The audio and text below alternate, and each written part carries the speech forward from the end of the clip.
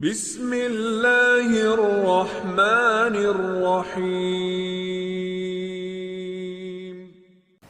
Assalamualaikum warahmatullahi wabarakatuh.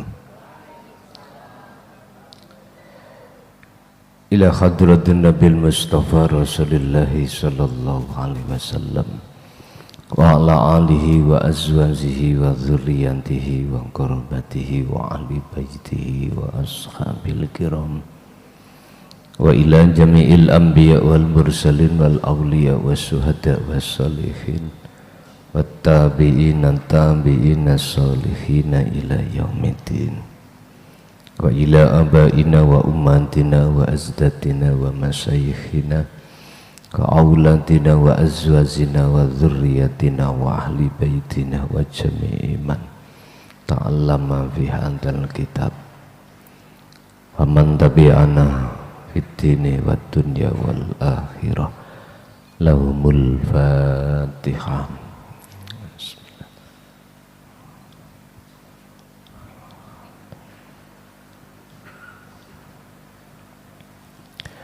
Bismillahirrahmanirrahim. Alhamdulillahilladzi yutahhiru nafsaka min kulli rijsim fi hadzal masa. Walahul hamdu ala taufiqi li qiraati hadzal lail. Asyhadu an la ilaha illallah wa asyhadu anna Muhammadan abduhu wa rasuluh. Allahumma salli wa sallim wa barik alaihi wa ala alihi wa ashabihi ajmain, amma ba'd. Sering kali kita mendengarkan tentang masalah diperintahkannya kita membaca basmalah sebelum melakukan sesuatu hal. Cuman banyak sekali yang hanya mengerti tentang bacaan dan tidak mengerti maksud di dalam bacaan. Bapak Ibu, sudah menjadi kebiasaan kita sebagai golongan golongan orang-orang umum, ketika membaca basmalah kita itu cuman mengenal namanya saja, sehingga tidak bisa tahu dan mengenal mausuf di dalam sifat Rahman dan Rahim. Sehingga ya dapatnya ya cuman baca saja. Itulah yang dimaksud golongan orang-orang ketika saat di dunia, lebih-lebih di akhirat hanya mendapatkan Ar-Rahman, yaitu sesuatu anugerah Allah yang diberikan terhadap hambanya yang berkenaan dengan kebutuhan dunia atau jasmani. Sementara kebutuhan rohani yang Allah siapkan kita tidak akan dapat mendapatkannya, ndak. Karena persoalannya kita itu hanya membaca basmalah cukup di lisan, sedangkan dalam hati kita gak paham. Oleh sebab itu, dalam materi pada malam hari ini kita akan membahas tentang bagaimana cara menerapkan basmalah ini di dalam kehidupan sehari-hari, sehingga secara kebutuhan jasmani itu Allah berikan, juga kebutuhan rohani, makrifat pada Allah itu terjadi. Piye carane, bagaimana caranya bismillah ini terjadi di dalam kehidupan sehari-hari. Qala musannifu rahimahullah, faslun utawi ikilah fasol iku kaifiyatu tadbiki bismillahirrahmanirrahim, cara nerapake bismillahirrahmanirrahim fil hayatil yaumiyati ing dalam kehidupan sehari-hari. Wa nahnu lan utawi kita iku na'lamu ngerteni sapa kita, ngerteni anna wara'a sifatir rahmanir rahim, ing sak temene di belakang sifat rahman rahim iku laisa, ora ana apa sifat iku isman cuman nama, tidak. Kita tahu bahwasanya di balik sifat Rahman Rahim itu tidak hanya nama. Bacanya kan Bismillah, langat ya, dengan menyebut nama Allah. Sifatnya Ar-Rahman Ar-Rahim. Jadi di situ tidak hanya tertera nama. Kalau Anda mengenalnya nama,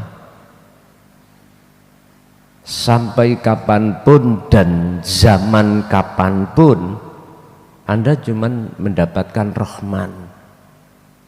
Artinya sepanjang kau hidup di dunia, kau tidak akan bisa bertemu Allah. Mausuf di dalam sifat, artinya wujud yang memiliki sifat tersebut. Nggak bisa. Karena alamnya sudah beda. Alam Rahman itu alam dunia, Ar-Rahim alam akhirat. Alam dunia ini dipenuhi oleh sifat basariyah, sementara alam akhirat dipenuhi sifat basirah. Bagaimana mungkin kita akan bisa masuk ke alam akhirat sementara kita masih suka berada di alam dunia? Nggak bisa, Pak. Syarat kita bisa masuk ke alam akhirat wajib tarkul hayatid dunya, tinggalkan alam dunia. Rasulullah ingin ketemu Allah di Sidratul Muntaha, wajib beliau melakukan satu perjalanan mi'raj, meninggalkan alam dunia. Cara jenengan wajib kholwat. Saudara saya di dalam kejawen wajib meditasi, wajib sholat daim, wajib jenengan bertapa. Topone iku di tempat nggon rame ataupun di tempat nggon sepi. Udah, niku nggak bisa ditawar lagi, Pak. Wa nahnu na'lamu iku laisah, ora ono sifat Rahman Rahim iku isman nama, tapi bal wujudan, balik di dalamnya itu ada wujud, lahu iku tetap gede wujud, ismullahi, kita namakan nama Allah. Iki wong Islam. Di balik Ar-Rahman Ar-Rahim itu ada sesuatu yang wujud. yang umat Islam ini menyebutnya nama Allah. Yang menjadi ironis Bapak Ibu, umat Islam itu cukup berhenti, sudah puas kenal terhadap Tuhannya sebatas nama. Sehingga di mana-mana ditulis di rumahnya Allah Muhammad, ya kan? Di masjid Allah Muhammad, musola Allah Muhammad. Cuman yang pasar tok enggak, pasar. Nek pasar nang Jombang iku an-nadofatu minal ngiman, kebersihan sebagian daripada iman. Jombang, jargon Jombang kan ngoten. Bapak Ibu hadirin, kalau jenengan kali kula niki sudah cukup puas kenal Tuhan itu nama, bagaimana mungkin Anda akan tahu yang memiliki wujud nama itu? Enggak mungkin. Makanya mengapa Allah menyuruh Muhammad ini membawa risalah dinut tauhid atau dinul haq. Inilah maksudnya supaya kita sebagai umat Islam, khususnya umat manusia pada umumnya, biar kenal Tuhan itu sampai yang memiliki namanya, yang kami sebut sebagai lahu wujudan, hati wujudnya. Bapak Ibu hadirin, hanya lewat taklimu dinut tauhid inilah kita akan dikenalkan, akan diajak, akan dipahamkan tentang masalah siapa sebenarnya yang memiliki wujud di dalam Ar-Rahman dan Ar-Rahim.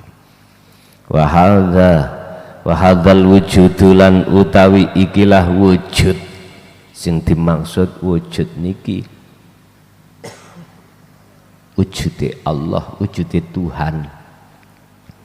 Al-Hakimu sifate kang kuwasa ala kulli syai'in ing atase nguasani ing atase saben-saben perkara.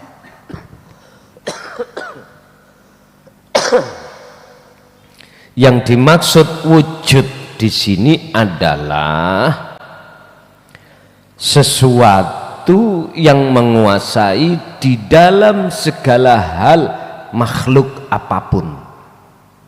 Qala dawuh sapa Allahu Gusti Allah fi suratil Baqarah, yang dalam surat Baqarah al-ayatah ayat 115 surat Al-Baqarah.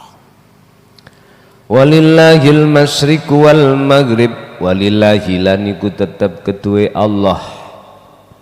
Maksudnya wujud, bukan isim nama. Walillahi laniku tetap kedue wujud sejatine Allah. Al-masyriku utawi dat kang nguasai makhluk alam etan, berarti jagat wetan, jagat timur. Wal maghrib lan dat kang nguasai jagat kulon. Fa ainama utawi ing dalem dine panggonan tuwallu madhep sapa sira kabeh ya fathamma mongko iku wajhullahi ning ngarep panjenengan. Dialah zat wujud Allah itu yang menguasai segala makhluk, baik makhluk yang ada di jagat timur maupun jagat barat. Kok utara enggak, selatan enggak? Mengapa harus timur? Mengapa harus barat? ngeten Pak maksudnya. Berkenaan dengan tulu usamsi wa ghurubuhu, iku munculnya srengenge itu dari timur, terus surupnya tenggelamnya di barat.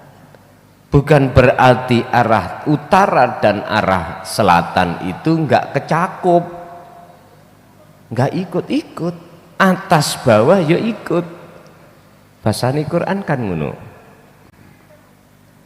Cukup memakai bahasa minal masyriqi wal maghrib, berarti seluruhnya sudah kecakup. Berarti makhluk apapun, baik yang bermateri atau tidak bermateri, baik yang bernyawa ataupun tidak bernyawa, itu dalam penguasaan sesuatu yang wujud tadi, yang kami sebut wujud.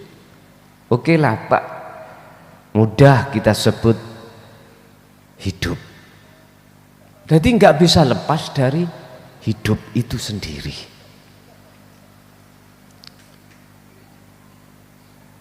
Artinya iman kita kalau belum sampai pada pengajaran pengesaan Allah, kita akan melibatkan selain wujudnya Allah dalam hal penguasaannya. Contoh, pagi matahari bersinar, yang tadinya itu malam terasa gelap ketika pagi munculnya matahari terasa terang. Iman sampean, iman kita jatuhnya terangnya karena matahari. Nggak bisa hati ini memandang hidup, nggak bisa, karena jatuhnya iman kita masih belontang-belontang Pak, belum bisa mengesahkan Allah. Sehingga apa yang di mulut kita ucapkan matahari sama dengan apa iman di dalam hati adalah matahari seongkok makhluk. Bapak Ibu, namanya terang, padang, ini makhluk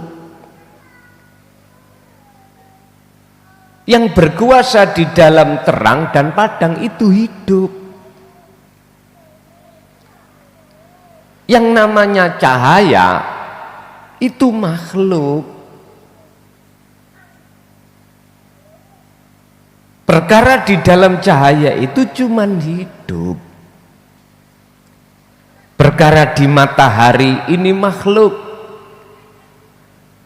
Dan perkara yang di dalam dan di luar matahari itulah wujud hidup. Dan itu sangat nyata Bapak Ibu. Dan itu tidak ada yang bisa menghijabi. Atas nyata kewujudannya nggak bisa. Oleh karena kita itu sebagai manusia masih merasa ada, inilah persoalan yang rumit yang menjadikan hati kita tertutupi oleh adanya kita sendiri. Padahal adanya kita bukan adanya kita makhluk, tapi adanya kita adalah adanya kita Allah. Ya sekali-kali dikai tantangan sing rada antep dedek. Bapak Ibu hadirin rahimakumullah, dimanapun kau mengarah, fa'ainama tuwallu fathamma wajhullah. Di depanmu itu ada wajah Allah. Bagaimana mungkin kau katakan Allah gaib?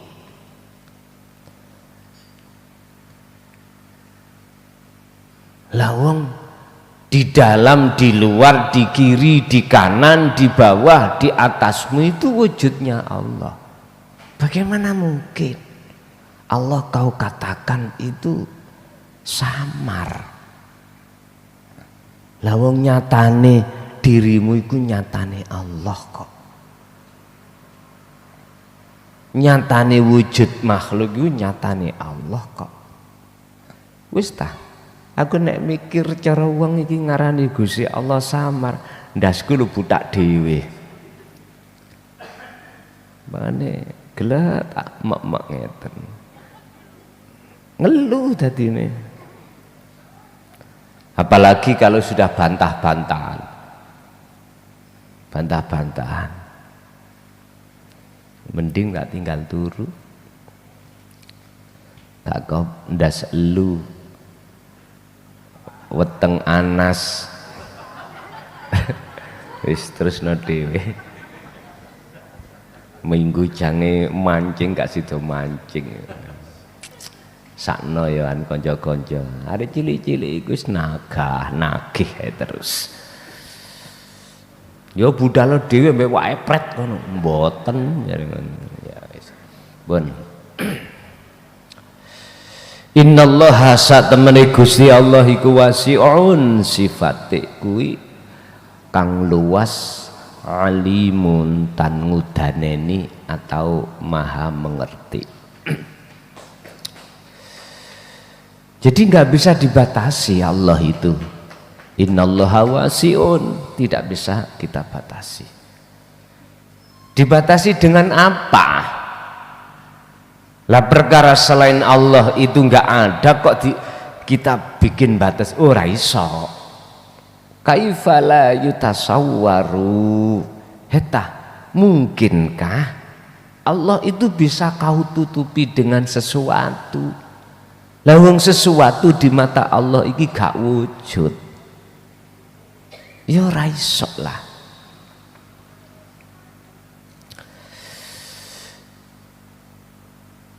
Wal khasiru utawi wong sing rugi. Wis. Cuman tak elingno tok jenengan iki ning donya iki mung oleh rahmani engko akibate piye, sekedar tak ingatkan aja. Jikalau Anda percaya monggo, raya rapopo. Wal khasiru tawi kang sing diarani wong sing rugi, wa utawi khasir iku alladzi wong la yakhsulu kang ora hasil, artine nihil, lahu kedue khasir illa sifatur rahman, kecuali mung oleh sifat rahman. Di dunia ini bahkan dikatakan di akhirat adalah orang-orang yang saat di dunia itu tidak menghasilkan sesuatu kecuali hanya sifat Rahman. Rahman. Maksud daripada la yakhsulu iku tidak hasil sifat Ar-Rahim. Tidak hasil masuk di dalam alam akhirat saat ning dunya iki. Jenengan tidak mau tinggalkan alam dunia untuk masuk ke alam akhirat di dunia ini, nggak mau.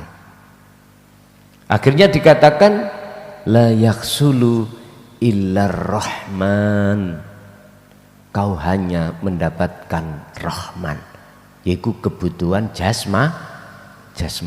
Nek kebutuhan jasmani patrai sebagai manusia kita, yo siapa Pak yang mau meninggal? Nggak mau. Sifatin ning dunya iki ya yes enak-enak ambek perkara kebutuhan tuh dunya. pingin sehat terus, pingin ekonomi ini apik terus, pingin garwane apik-apik terus, pingin apapun jaluknya bagus-bagus terus. Tapi dia sadar atau tidak sadar, semua itu wajib kau tinggalkan.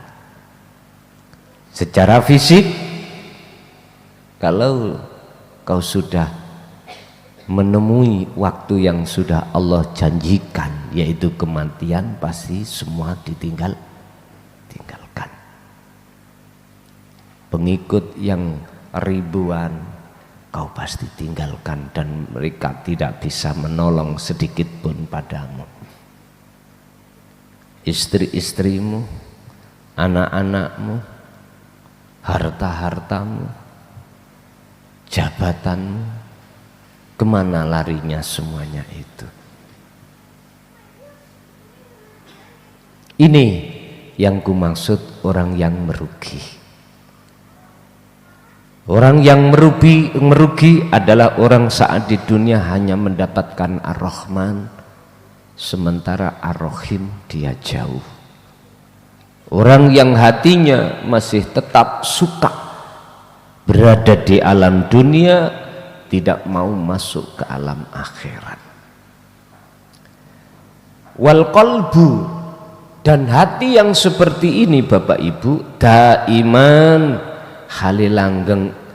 Wal qalbulan utawi ati sing seperti ini maksudnya daiman halilanggeng iku muta'alliqun, mesti gumantung, bergantung apa ati bi ghairil maujudi, kelawan sakliyane perkara sing wujud yaiku Allah.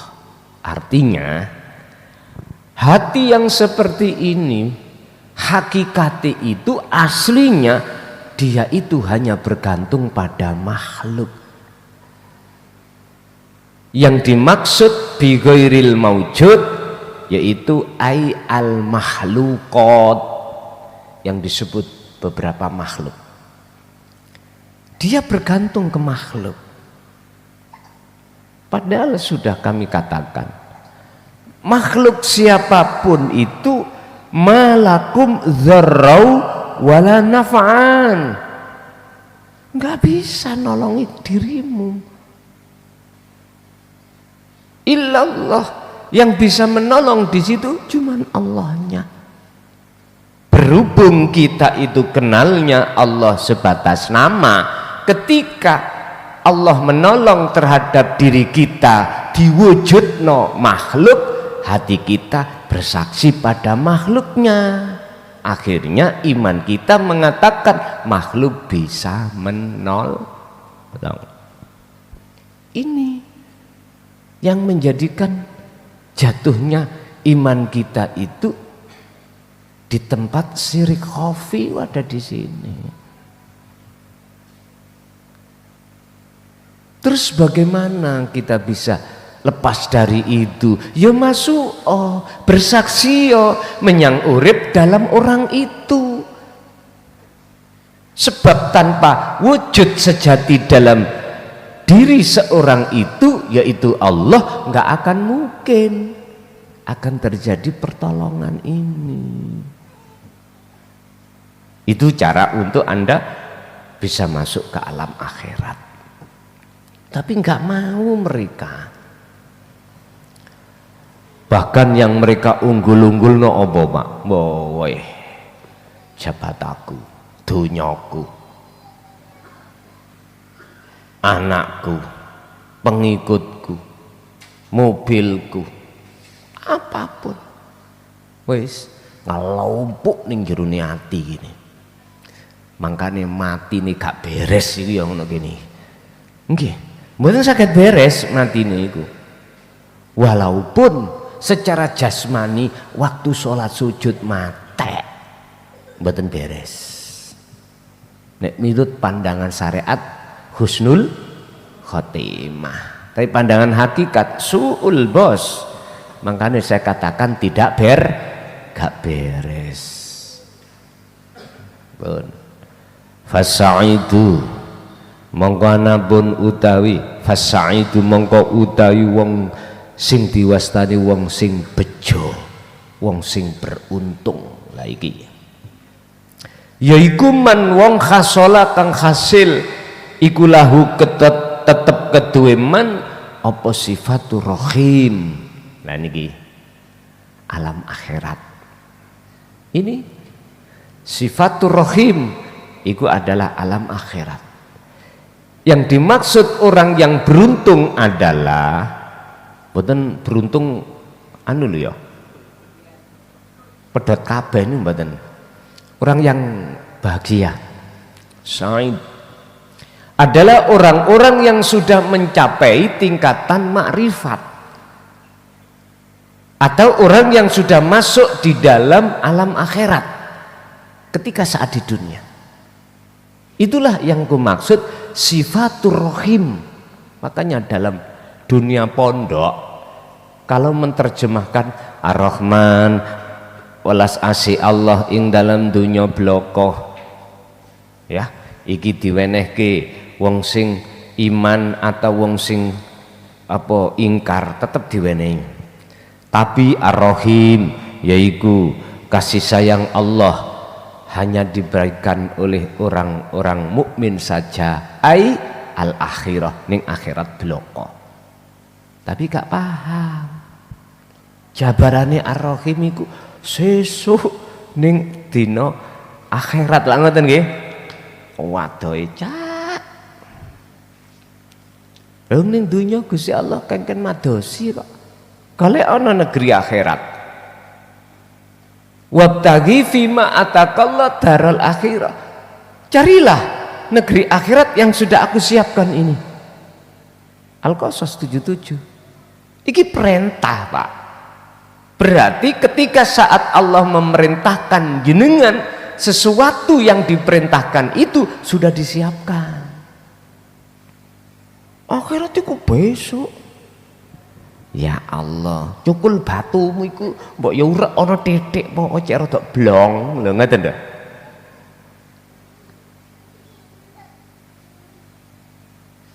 Kita dulu itu pahamane alam akhirat sesuk, Pak. Untuk mencarinya kita itu di dunia harus wa amilus sholihah, berbuat yang bagus-bagus. Loh, ini loh di luar alam dunia, alam abstrak. Itu urusannya dengan ruhaniyah, bukan jasmaniyah, bos. Lah fahaman kita dulu jasmaniyah. Ya udah, memang takerane kita kelasnya kelas, yes kelas mbek, apa kelas TK, kelas am. Memang seperti itu. Biar tidak menjadi kelas am, dipahamkanlah tentang ajaran tauhid. Biar rohaniyahnya nyambung loh.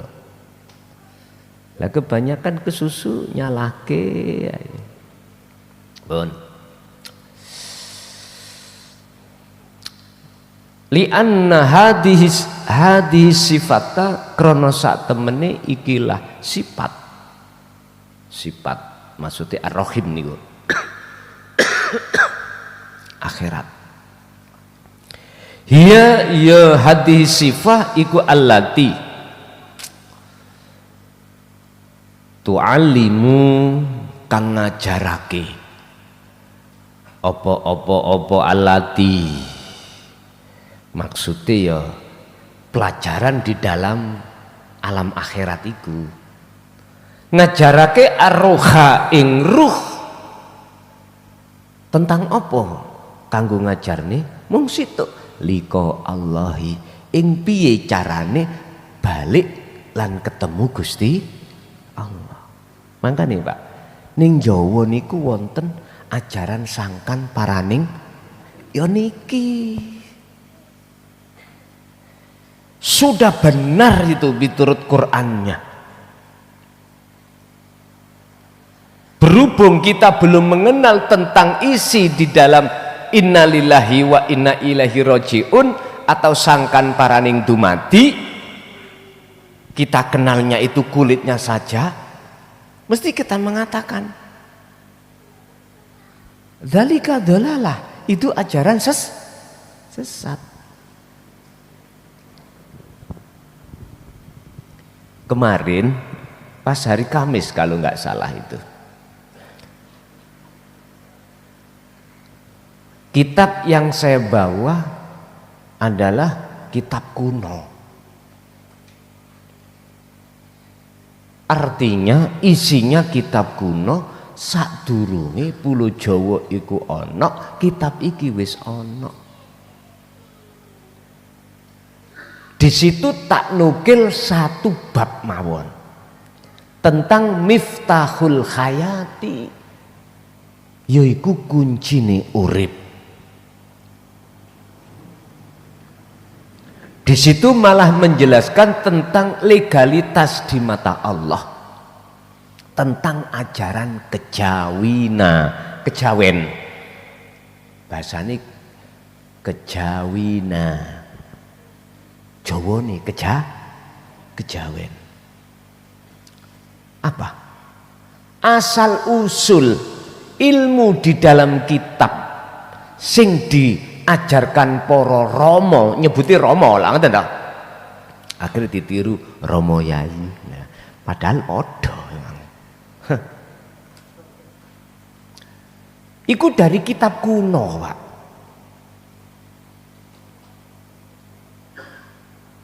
Sing tak maksud kitab kuno, kitab sing murni khusus wahyu-wahyu tentang dinul haq, dinul tauhid. Bahasa Qur'annya, bahasa Islamnya, ikulah Al-Qur'anul Qadim. Lah kita pahami lewat bayang-bayangi Al-Qur'anul Qadim yang disebut Al-Qur'anul Karim wis kemelawelet. Tahu kemelelet?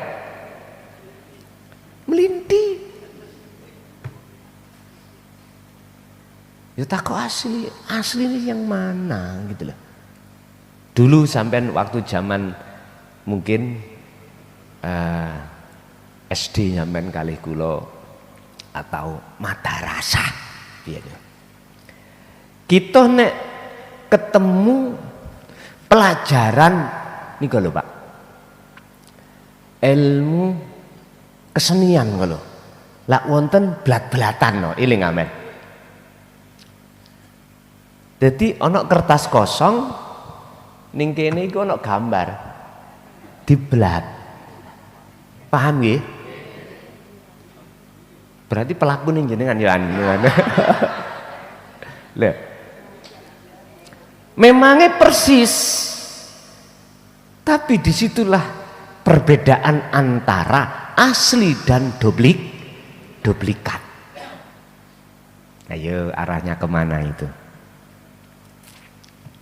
Makanya jenengan akan mengerti isi aslinya wahyu Allah maqasidul a'dham lewat Al-Qur'anul Karim iki, ya kudu belajar tauhid baru ngerti.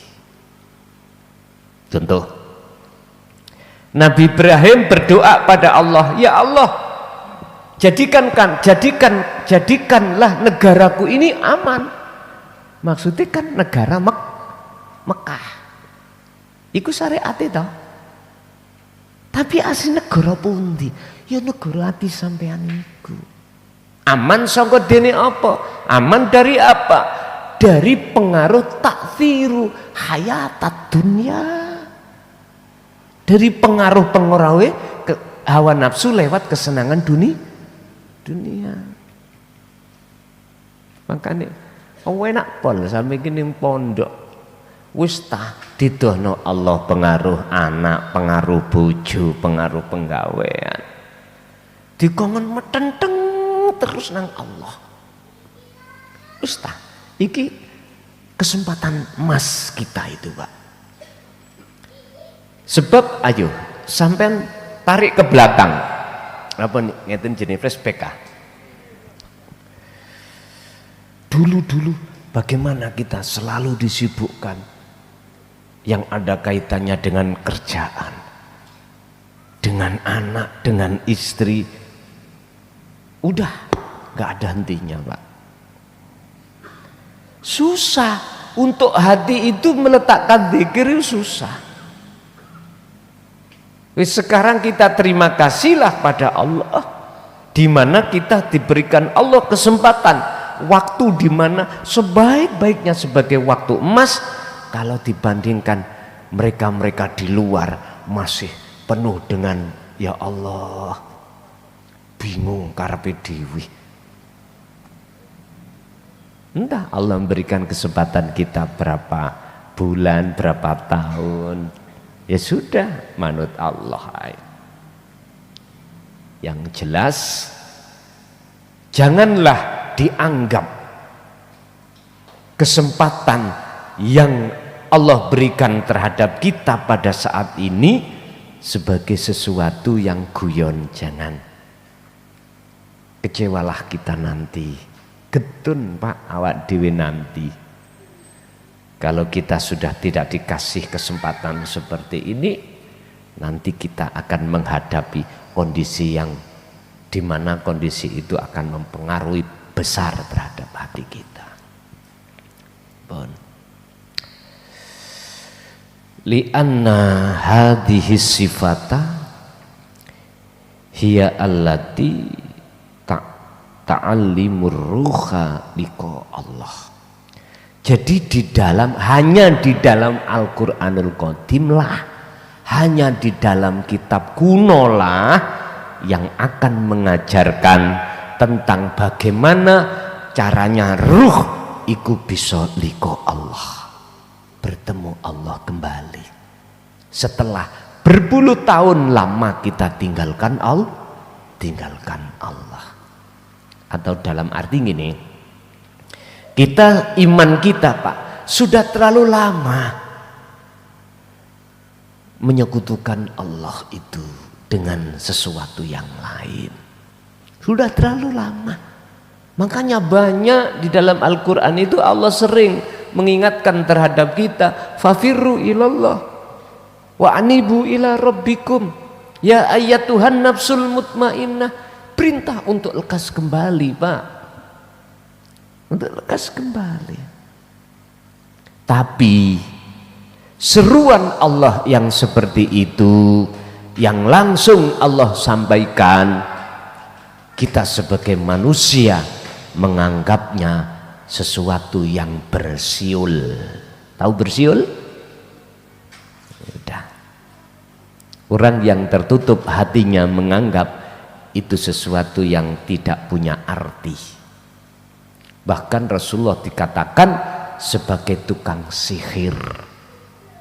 Deloken tambah suwe santri jaya baru tambah wakeh sebab kena sikire klasot. Cuk ini. Dan terus piye?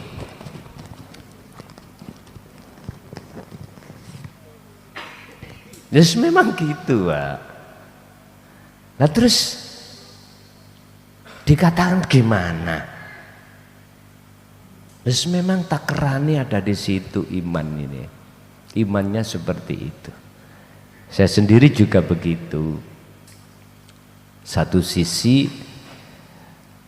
bahasa hablum minas saya tak maklumi pindone yes muga-muga kuwi sadurunge pati wis isok bali nang Gustimu. Ngoten lah. Dadi wong Jawa iku dhisik yang mengikuti aliran kejawen sing jargonnya itu adalah sangkan paraning dumadi. Ternyata kebenarannya di situ. Ini urusan rohaniah, lah ngono lho.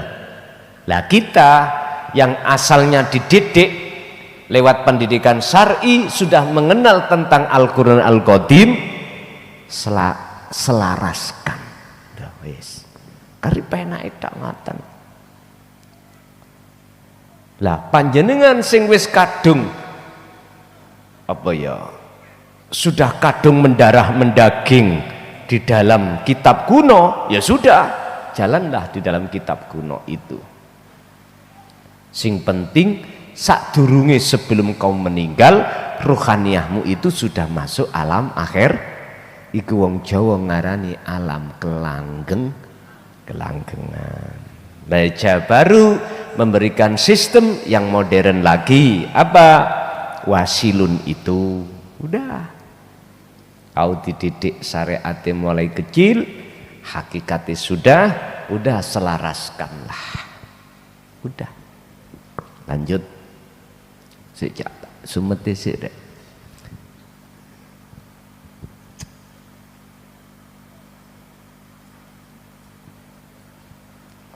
Arep tak jak manjing dina Senin Selasa kok gak pantes sih.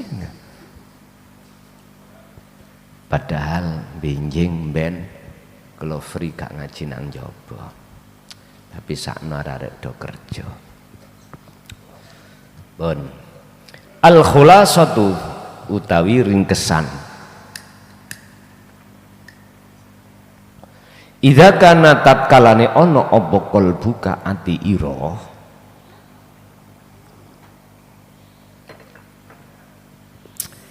Inda qiraatil basmalati ing dalem tatkalane maca bismillah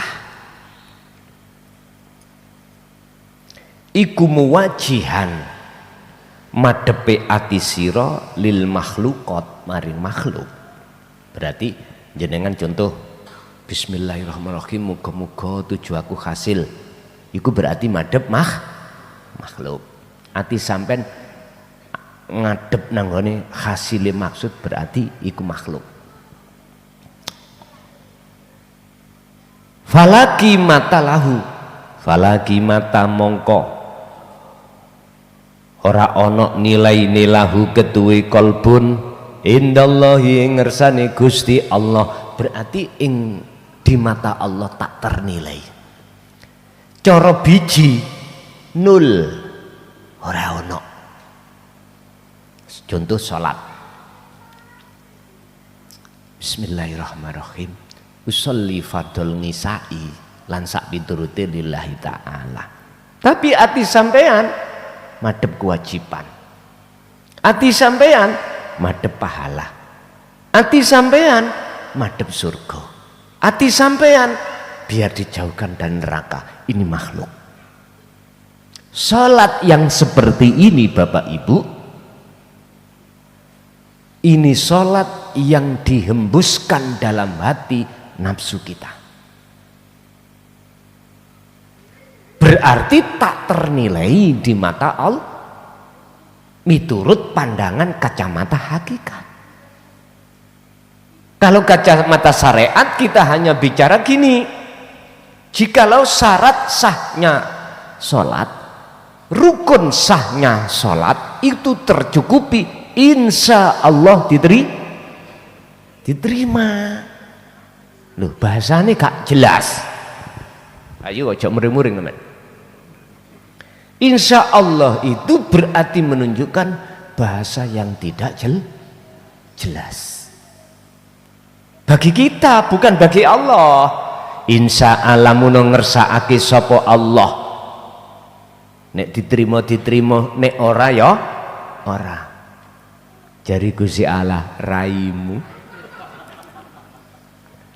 tak terima tekon ndi, lah kuwi mungkuri aku kok. Ya Gusti Allah ngoten. Ya bunayya la tusyrik billahi syai' inna syirka la dzulmun adzim. Jelas toh? Syirik apapun, luwih-luwih syirik khafi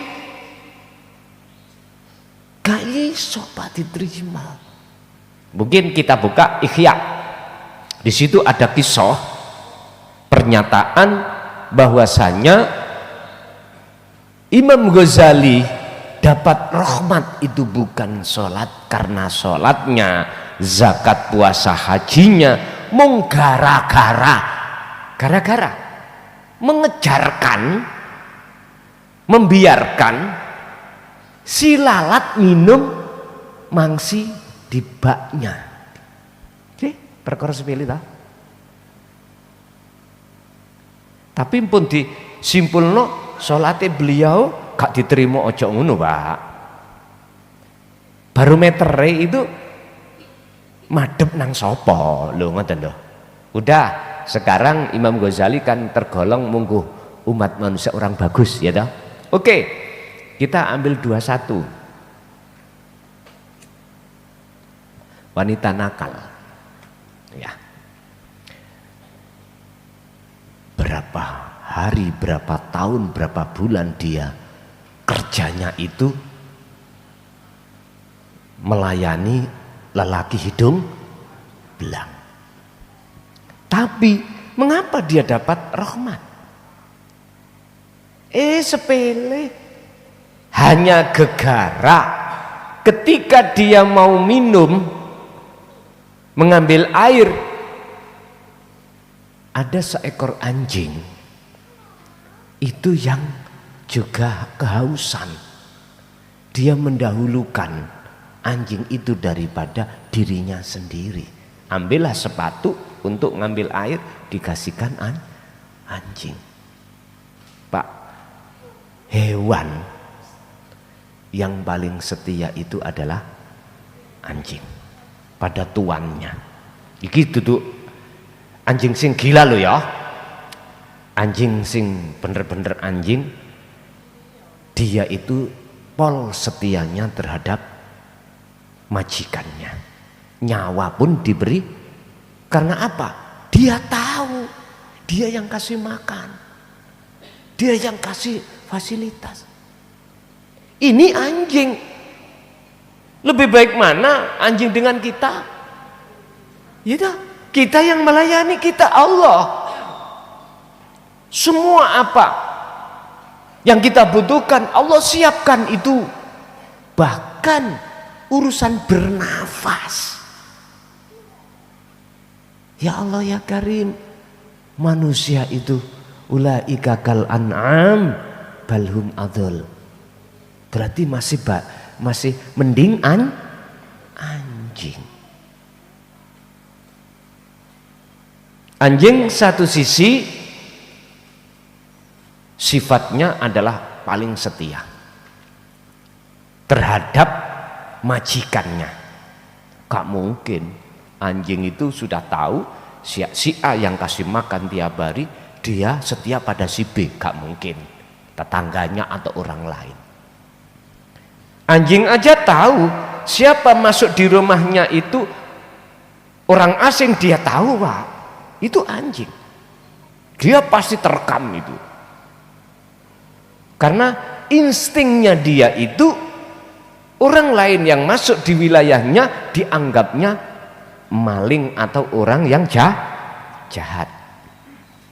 Anjing, Pak, ini nyawa pun dikasihkan, Pak.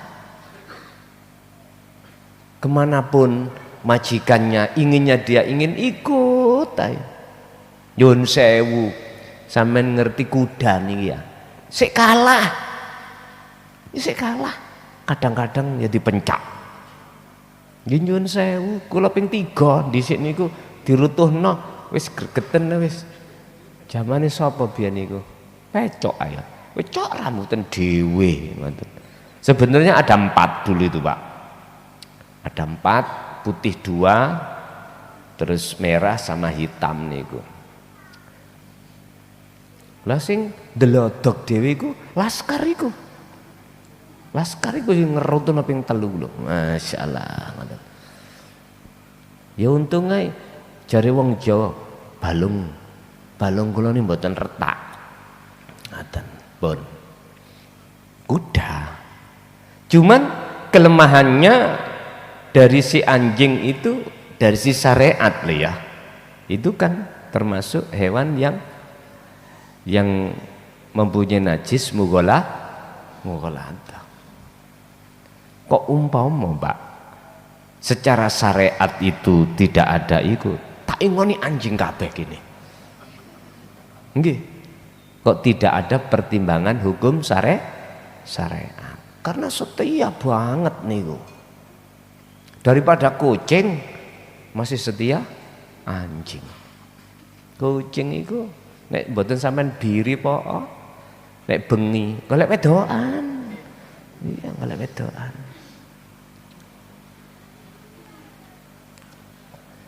Pun kok iso tutuk anjing barang nyapa. Jadi tak ternilai ibadah amaliyah apapun yang terjadi pada kita sejak kecil sampai meninggal kita, selama kita tidak masuk ke alam akhirat.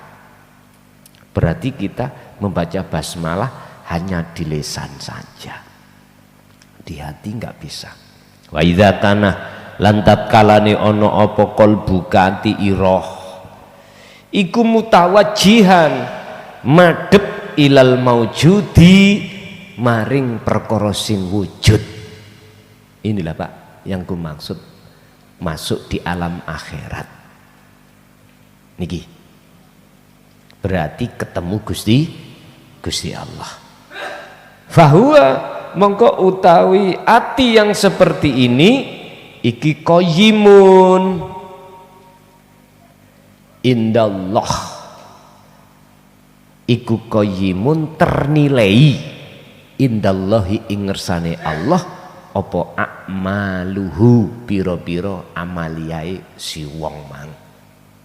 Artinya sekecil amaliyah apapun manakala hatimu menghadap kepada sang wujud itu pasti ternilai sebagai amalan solihan makbulan. Itulah amal yang diterima. Sampai ahli tasawuf itu mengeluarkan satu kalimat ngeten, tafakkur sesaat iku luwih bagus katimbang 70.000 tahun kau sholat. Saya coba ngenen. Sing dimaksud tafakur di sini adalah ketemune dirimu terhadap diri sejatimu. Ya urip iku sing tak maksud wujude Allah. Ya niku makrifat. Lah isone ketemu diri kang sejati, dirimu iku kudu kok fanakan. Bisanya kau masuk ke alam akhirat, kau harus tinggalkan alam dunia. Bisanya kau meninggalkan alam dunia, wa dzakarallaha katsiron. Kan ayat ini, liman kana yarjullaha. Inilah teladani Rasul, dalam hati ada keinginan besar untuk bertemu Allah. Wal yaumal akhirah ing dalem apa ning jero alam akhirat ini kau akan bisa masuk dengan catatan wa dzakarallaha katsiran. Artinya kau bisa meninggalkan alam dunia hanya dengan zikir.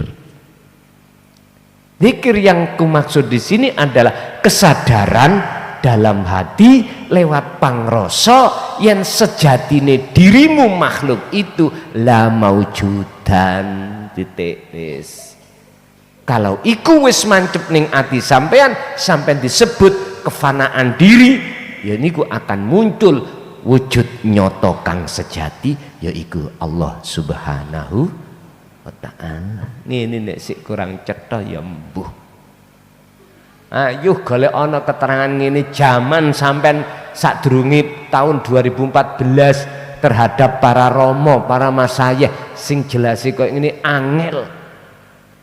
Karena saya sendiri ngalami koyo ngoten, Pak. Wis tah untung sampean urip di zaman sekarang itu. Ilmu itu dibuka sak gampang-gampange. Cuman nyun sewu lho ya. Prinsip wong biyen. Oleh karena carinya angel, dia akan memegangnya itu kuat. Lah sekarang carine gampang. Hehe.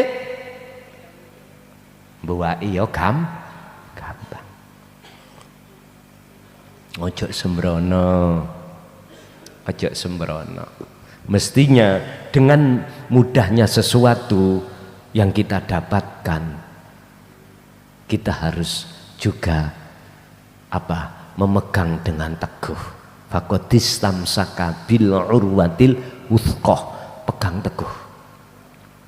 Jangan bedakan dengan zaman dulu. Zaman dulu memang Pak, prinsipnya oleh karena carinya angel, dia ketika menemukan diman-man. Ngerti diman-man? Apa bahasa Indonesia diman-man itu? Hah? Di hati. Iya di hati-hati Pak. Sampai nggak wani ngomong nang jopo. Digecoki rapet. Sekarang sudah Allah berikan seluas-luasnya dalam pengetahuan tentang ilmu ini. Maksudnya kalau sudah ketemu ya wis gecok ono rapet, ngeten dah. Bentuknya kita megang rapet, yaitu tadi wa dzakarallaha katsira. Ingat, kita setiap saat dan setiap detik nafsu itu akan nyiprati perkara dunya dalam hati. Apa nyiprati? Membisikkan apa di dalam hati tentang najisi hati. Makanya Gusti Allah berkata, fasabbihu bukratan wa asila. Sucikan selalu, baik siang maupun mal, dengan cara berzikirlah, dzikron katsiron. Al-Fatihah.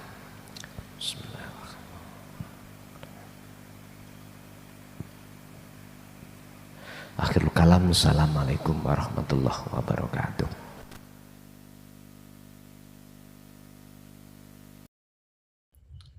Alhamdulillah telah kita simak bersama kajian dari Kiai Haji Mukhlason Rasyid, pengasuh Pondok Pesantren Miftahul Ulum Jaya Baru, yang tepatnya beralamat di Jalan Perjuangan, Dusun Gelonggongan, Desa Sumbertebu, Kecamatan Bangsal, Kabupaten Mojokerto, Jawa Timur. Beliau menekankan pendidikan holistik yang fokus pada ilmu tauhid dan tasawuf. Beliau adalah gambaran ulama muda yang mampu menjembatani nilai-nilai keislaman tradisional dengan pendekatan modern. Semoga kajian-kajian dari beliau bisa memberi manfaat dan membawa keberkahan kepada kita semuanya di dunia dan akhirat. Akhirul kalam, wassalamualaikum warahmatullahi wabarakatuh.